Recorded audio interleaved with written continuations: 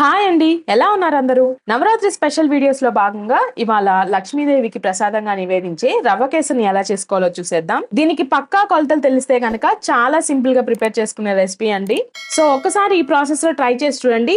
చాలా సాఫ్ట్ గా, అస్సలు గట్టి పడకుండా కుదురుతుంది. అలాగే టేస్ట్ కూడా బాగుంటుంది. ముందుగా మీరు ఏ కప్ తో అయితే రవ్వను తీసుకోవాలనుకుంటున్నారో అదే కప్ లో ఒక హాఫ్ కప్ వరకు కరిగించిన నెయ్యిని తీసుకోండి.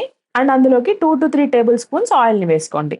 ఇప్పుడు దీన్ని మిక్స్ చేసేసుకొని అందులో నుంచి ఒక ముప్పావు భాగాన్ని ఇలా ఒక బాండీలోకి యాడ్ చేసుకోండి. ఇక ఈ మిగతా పావు కప్పుని లాస్ట్ లో యాడ్ చేసుకుందాం. ఇప్పుడు ఇది కాస్త వేడయ్యాక అందులోకి మీకు నచ్చిన డ్రై ఫ్రూట్స్ ని వేసుకొని లో ఫ్లేమ్ లో దోరగా వేయించుకోవాలి. నేను ఇక్కడ బాదం, జీడిపప్పు అలాగే కిస్మిస్ ని తీసుకున్నాను. ఇవి ఇలా దోరగా ఫ్రై అయ్యాక వీటిని ఒక బౌల్లోకి తీసుకొని పక్కన పెట్టేసుకోండి. నెక్స్ట్ ఇక అదే బాండీలో మనం కొలిచి ఉంచుకున్న ఒక కప్పు రవ్వని వేసేసుకొని మీడియం ఫ్లేమ్ మీద ఈ రవ్వ అనేది కంప్లీట్ గా ఫ్రై అయిపోయి నెయ్యిని రిలీజ్ చేసేంత వరకు కూడా దగ్గరుండి కలుపుకుంటూ ఫ్రై చేసుకోవాలి.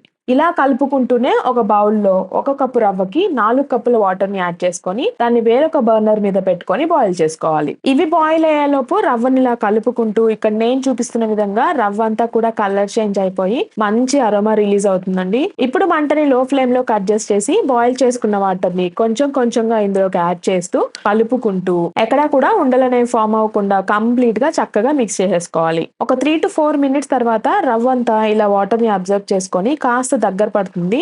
ఇప్పుడు అందులోకి కేసర్ ఫుడ్ కలర్ ని యాడ్ చేసుకొని మిక్స్ చేసుకోండి. ఈ స్టెప్ కంప్లీట్ గా ఆప్షనల్ అండి, మీకు ఇష్టం లేకపోతే స్కిప్ చేసేసుకోవచ్చు.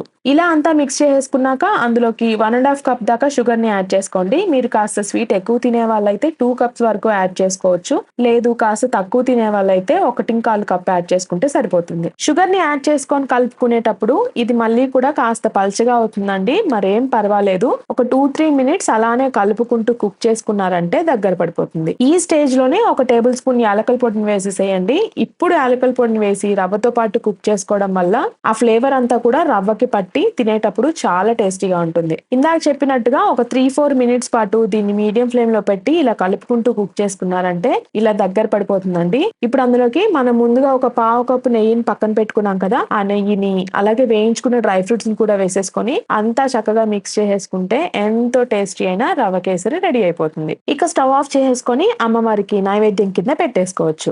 ఈ ప్రాసెస్ లో కనుక రవ్వ కేసరి చేస్తే చాలా సేపటి వరకు గట్టి పడకుండా ఉంటుంది. సో ఇలా ఒకసారి ట్రై చేసి మీ ఫీడ్బ్యాక్ ని నాకు కమెంట్ చేసేయండి. అలాగే వీడియోకి ఒక లైక్ ఇచ్చి మీ ఫ్రెండ్స్ అండ్ రిలేటివ్స్ కి షేర్ చేసి మరిన్ని మంచి క్విక్ అండ్ ఈజీ రెసిపీస్ కోసం మన ఛానల్ ని సబ్స్క్రైబ్ చేసుకోండి. మరో మంచి రెసిపీతో మళ్ళీ కలుద్దాం.